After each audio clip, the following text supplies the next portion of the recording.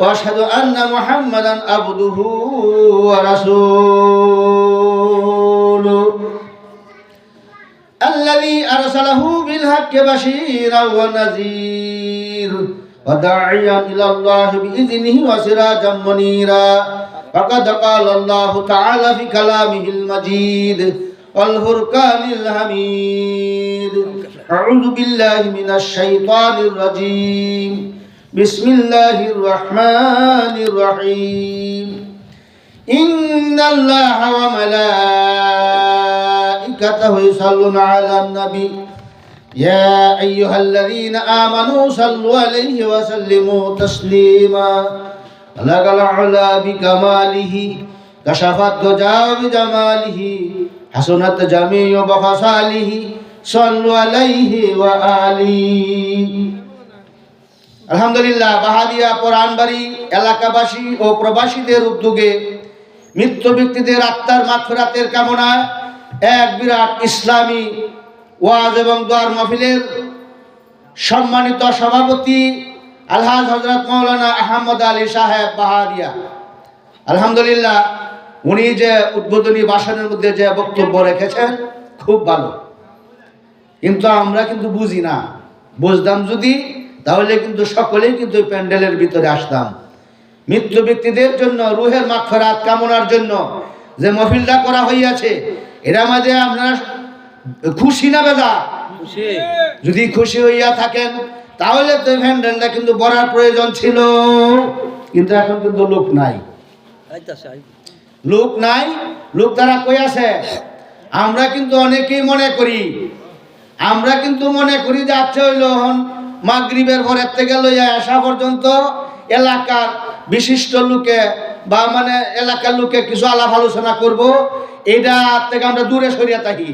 কিন্তু ভাইরা আমার, এটা কিন্তু দূরে সরিয়ে থাকাটা ভালো না।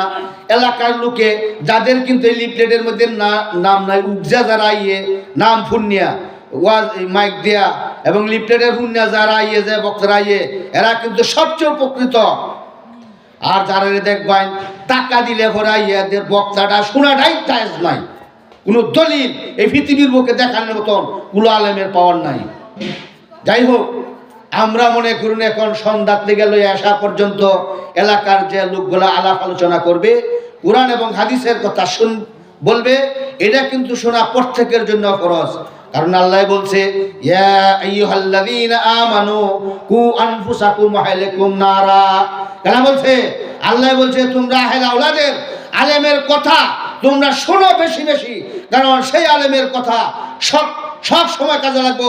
দুনিয়ার মধ্যে কামে লাগবো, মৃত্যুর সময় কামে লাগবো, এবং কবরের মধ্যে গেলে কামে লাগবো, হাসরের মাঠের মধ্যে সুপারিশ করলে আহলে আওলাদের কামে লাগবো। আর দূর দেশের আলেম কিচ্ছু কামে লাগতো না, যা খালি আইলো আর দেখলাম আর নাম বাড়াই দিলাম বেশায়া, কিন্তু কামে লাগবো না কিছু। আইলে একটি হাতে দিলাম, খাইলো বাজ গেল গা, আর কোনো কাজ উপকার আইব? আজকে যদি এখানে একটা ব্যক্তি মারা যায়, কি কর এই আলেম আইব? এটার মধ্যে যে দুইজন বক্তার নাম আছে, আইব তারা? জিন্দেগিতে আসবে না। এই জন্য এলাকার যে লোকগুলো আসে তাদেরকে বেশি বেশি সম্মান করা, তাদের কথা বেশি বেশি শোনা, এটা কিন্তু ফরজ। আর দূর দেশের আলেমের কথা সরব ফরজ না, এটা হলো কি ব্যবসা। কোনো আলেমে যদি দেখাইতে পারে যে 50,000 1 লক্ষ টাকা ফাটাইলে পরে আমি আসবো, এই কথাটা যদি কোনো কিতাবের মধ্যে দেখাইতে পারে, যদি কোনো দলিল দিতে পারে, তাহলে তার আমি 2 লক্ষ টাকা সম্মান করব। বুঝছেন? এই জন্য এই লোক আইলে কিন্তু মাঠ ভরিয়া যায়, এলাকার লোক আইলে কোনো কথা বলতে পারে না। কথা যে বলবো, লোক না থাকলে কিন্তু কথা আসে না। কি কোন কথা আসে? লোক যদি তাহে তাহলে কথা বলতে পারে, লোক নাই, খালি মাঠের মধ্যে বক্তব্য দিলে কিছু লাভ নাই। কিন্তু এটার মধ্যে একটা লাভ আছে, হাসরের দিন এই যে লিফলেটটা আছে, এটা কিন্তু আল্লাহর দরবারে সাক্ষী দিব। মাহবুদ গো দেখো, এই যে লিফলেটের মধ্যে এলাকার কোনো ব্যক্তির নাম নাই, আছে শুধু দূর দূরান্তরের লোক। কি করেন? এর মধ্যে 5টা নাম বইলে ক্ষতি লইলে টেহা বেশি নিব। কি কোন টেহা বেশি নিব? টেহা কিন্তু সমানে নিব। কিন্তু এই যে 5টা আলেম রে যে আল্লাহ, এই আলেম 5টা আলেমের মধ্যে যদি একটা আলেমের যদি আল্লাহর কথা কবুল হইয়া যায়, তাহলে যদি একটা আলেমের জান্নাতের সার্টিফিকেট পাইব, তাহলে এলাকাবাসী সকলের জন্য উপকৃত হইয়া যাইব। কিন্তু আমরা তো এটা বুঝি না। আমরা বুঝি কি, আই সর্বনাশ, এলাকার ব্যক্তি কি দাম আছে? দাম আছে কোন বেড়া? সিলেট, রাজশাহী, বরিশাল, ঢাকা, ময়মনসিংহ এই ধরনের ব্যক্তির দাম আছে? কিচ্ছু দাম নাই, কোনো দলিলের মধ্যে নাম নাই। আল্লাহর নবী হুজুর পাক সাল্লাল্লাহু আলাইহি সাল্লাম যখন মক্কা থেকে মদিনায় হিজরত করতে গেছে, এই সময় মদিনাবাসী লোকেরা হুজুরকে টাকা দিছে? কেউ টাকা দিয়ে পাঠাইছে? কিভাবে গেছে? হাঁটতে গেছে, আস্তে আস্তে গেছে, আস্তে আস্তে কষ্ট করিয়া, কত বিপদ হইয়া মদিনা শরীফ গেছে, গিয়া স্থায়ী বাসিন্দা হয়েছে। এরপরে ইসলাম প্রচার করছে। আল্লাহ কইছে তুমি বাসিন্দা হও, এরপরে তুমি ইসলাম প্রচার করো। কি করে কুষ্টিয়ার বাড়ি নয় বাসিন্দা হও? বাসিন্দা না হলে তো ইসলাম প্রচার করলে কি লাভ হইব? লাভ হইব কিছু? কিচ্ছু লাভ হইল না। আইলো, খাইলো, টেয়া দিলাম, 7-8 জন উপরে এলো, ডাঁড়ে সমাধান করলেন, খাই আইলো, চম্পট হইলো, আর জিন্দিগিতে আসবে না। কি গুণ আইব? আর একবার যদি টেহা ফাটাই 50-70 আজি 1 লাখ ফাটাইলে পরে যদি আইয়া ঘন্টা আনে থাকতে পারে, এর বেশি থাকবে না। আর এলাকার মোল্লা যদি আসে তাহলে কিন্তু সব সময় কাজে লাগবো। কি বল? এলাকার আলেমরা কম জানে। আমরা এই দেশের আলেম যদি কুষ্টিয়া যা এই বিমান দেয়া, তাহলে দেখবেন টাল হয়ে যাবে কেমন মানুষ। কিন্তু এই এলাকার মধ্যে এলাকার আলেমের 4 পয়সা দাম নাই। যে আলেম এই বিমান দেয় হেলিকপ্টারে, দেখবেন এই আলেমের এই দেশে কোনো দাম নাই। দাম থাকলে নয় কোন কারণে? এই জন্য আমরা প্রত্যেকেই এলাকার আলেমরা যখন বয়ান দিব তখন জাপায় পড়ি, যখন বিদেশি আলেমরা বয়ান দিব তখন যাতে আমরা জাপায় না পড়ি। এটা আমরা এই জন্য মানে বলতেছি, কথাটা গলা বললাম, এলাকার আলেমরা যখন বয়ান দেয় তখন কিন্তু লোক আইয়ে না। কে লাগে আইয়ে না এইটা তো আর বুঝুন জানা। এই জন্য কথাটা কিন্তু পেশ করলাম। আল্লাহ যেটা বলছে এইভাবে আমরা কিন্তু চলি না। চলি কি বা উল্টাবা, আল্লাহর আইনের উল্টাবা। এই যে আজকে একটা ইসলামী ওয়াজ মাহফিল যে আয়োজন করা হইয়াছে, এটার মধ্যে এই মাইকের যতটুকু আওয়াজ যায় অতটুকু পর্যন্ত যত কবরবাসী আছে সকলকে আল্লাহ রাব্বুল আলামিন আজকে কিন্তু শান্তিতে রাখছে। তারা কিন্তু আজকে কবরের মধ্যে থাকে আল্লাহর দরবারে ফরিয়াদ করবে, মাবুদ দেখো আমার সন্তানাদি যারাদেরকে দুনিয়ার বুকে রাখি আসছি, তারা তো আজকে একটা দিনের কাজ করিয়াছে। এই যে আলেম ওলামাদের কথা আমরা শুনতেছি, এটার জন্য আল্লাহ আমাদেরকে কবরের আযাব নাজাত করে দিয়েছে। লাভ না লুস্কান? একটা মাহফিল দিলে লাভ হয় না লুস্কান? প্রত্যেকের কিন্তু লাভ হয়। এবং দুনিয়ার বুকে যারা জীবিত আছে তাদেরও কিন্তু লাভ। তারাও কি লাভ আছে? কিমন লাভ? মনে করুন যারা কুরআন এবং হাদিসের কথা শুনতে মানে সমস্যা লাগে, তারার কানে অত যা ফসে না। হাসরের দিন আল্লাহ বলছে ওয়াকালা কারিনুহু হাযা মালাদায়াতিন, বান্দারা রে তোমরা যে দুনিয়ার বুকে জন্ম থেকে লইয়া মৃত্যু পর্যন্ত যতদিন তোমরা বাঁচো, তোমাদের জন্য 2 জন করিয়া পাহারাদার দিয়াছি। কয়জন পাহারাদার? 2 জন পাহারাদার। তারা কিন্তু সাবালক থেকে নিয়া মৃত্যু পর্যন্ত তোমরা কি কাজ করো, সৎ কাজ করো না অসৎ কাজ করো, সব কিন্তু লিপিবদ্ধ করা হবে। কি বল? সব কিন্তু লিপিবদ্ধ করা হবে। এই লিপিবদ্ধটা এটার নাম কি হইব? আমলনামা। এটার নাম কি? আমলনামা। সেই আমলনামাটা যখন কবরের মধ্যে, হাসরের মাঠের মধ্যে যখন আল্লাহ সারা পৃথিবী ধ্বংস করে যখন একবারে চামড়ারে মুসারা যেবার চামড়া টানা দেয় না, এইভাবে পৃথিবীরা টানা দিবে, টানা দেয় এক লেভেল সমান বানাইবে, বানায় হাসের মাঠ আল্লাহ রাব্বুল আলামিন তৈরি করবেন। সেই মাঠের মধ্যে এই কবর থেকে সকল মানুষ যার যেন কবর ছিল, এইখান থেকে আল্লাহ রাব্বুল আলামিন বললেন ইসরাঈল আলাইহিস সালাম যখন তৃতীয় সংজ্ঞা যখন দিবে, তখন কিন্তু সকল মানুষ উত্থিত হয়ে হাসরের মাঠের দিকে যাইতে থাকবে। এই সময় ফেরেশতারা দাওয়ায় নিব, যাও তোমরা হাসরের মাঠের মধ্যে যাও। কেন লাগি? আল্লাহর কাছে জবাব দেওয়ার জন্য। তোমাকে যে এই দুনিয়ার বুকে 50 বছর, 100 বছর, 200 বছর, 500 বছর, 1000 বছর পর্যন্ত যে তোমরা এই দুনিয়াতে ছিলা, তোমরা কি কাজ করছো, সেই কাজগুলো আজকে আমাদের সামনে পেশ করো। এই কথা যখন বলবে সকলেই কিন্তু যাইতে থাকবো, প্রত্যেকের আমলনামা দেখতে থাকবো। আমি তো যে সমস্ত গুনাহ করিয়াছি, এই সমস্ত গুনাহ তো আমি মানুষের সম্মুখে, হাজার হাজার লক্ষ লক্ষ মানুষের সম্মুখে আমি কিভাবে পেশ করব, এই কথা কিন্তু বলতে থাকবো। তখন সব ফেরেশতারা তখন চাবুক মারতে থাকবো। চাবুক যখন মারবে তখন কিন্তু ডরে ভয়ে এই ব্যক্তি পড়তে থাকবো আর যাইতে থাকবো। আল্লাহর দরবারে বলবে, মাবুদ তুমি যে আমার সাথে ফেরেশতা দিয়াছিলা, সেই ফেরেশতা তো ভুল লিখছে। কি লিখছে? ভুল লিখছে। এই যে তার অত বড় বড় গুনাহ আমি করি নাই, আমি এই সমস্ত কাজই করি নাই, আল্লাহ গো এই ফেরেশতা ভুল দেখছে। তখন এই যে মুহে বলতেছে না, আমরা দুনিয়ার মধ্যে মিথ্যা কই না, ডাড়ে মিথ্যা কইবে তাই যে যত মিথ্যা কথা বলতে পারবে তারে বেহুশ বালাফা, বালা হয় না? আর যে যত সেন্টারিং ধরাই করবে তারা কিন্তু বেহুশ বালাফা, আর যার যত পয়সা আছে তারারও কিন্তু বেশি বালাফা। কিন্তু আসলে এটা ঠিক না। যারা এলমে দ্বীন শিক্ষা আমল করছে তারা কিন্তু মূল্যায়ন করে না, কিন্তু মূল্যায়ন করে তাদের কথা কিন্তু বিশ্বাসও করে না। এই জন্য আমরা প্রত্যেকেই এই যে আমল নামাটা যে পড়বো, ফেরেশতা বাড়িতে থাকবো আর সাবুক করতে থাকবো। এই মারার পরে গিয়া আল্লাহর দরবারে গিয়ে সাক্ষী দিবে, মাবুদ এই যে ফেরেশতা লেখছে এইগুলা কিন্তু ভুল লেখছে, আমি এত বড় বড় গুনাহ করি নাই। তখন আল্লাহ রাব্বুল আলামিন বলেন, আল-ইয়াওমা নাখতিমু আলা আফওয়াহিহিম ওয়া তুকাল্লিমুনা আইদিহিম ওয়া তাশহাদু আরজুলুহুম বিমা কানু ইয়াকসিবুন। মাবুদ এই কথা কইয়া ওই যে আমার মুখ আছে না, এই মুখের সাথে মোহর মারিয়া দিব। মোহর মারিয়া দেওয়ার সাথে সাথে হাত এবং চক্ষু, কান, ফাও সমস্ত অঙ্গ প্রত্যঙ্গর জবান খুলে যাবে। সমস্ত অঙ্গ প্রত্যঙ্গরে আল্লাহ রাব্বুল আলামিন জিজ্ঞাসা করবেন। এখানে কিন্তু আলগা সাক্ষী আছে না, আলগা সাক্ষী আছে, আলগা কোনো সাক্ষী নাই। এই যে আরে আমার অমুক আমার অমুক অমুক কাতির লোক গিয়া সাক্ষী দিব, এইখানে কোনো কারবার নাই।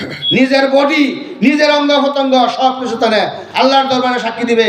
তখন এই আল্লাহর দরবারে এই সাক্ষী দিতে থাকবো, মাবুদ এই যে মুখে সব কিছু কাম করিয়াছে, এটা যা বলতেছে সব মিথ্যা।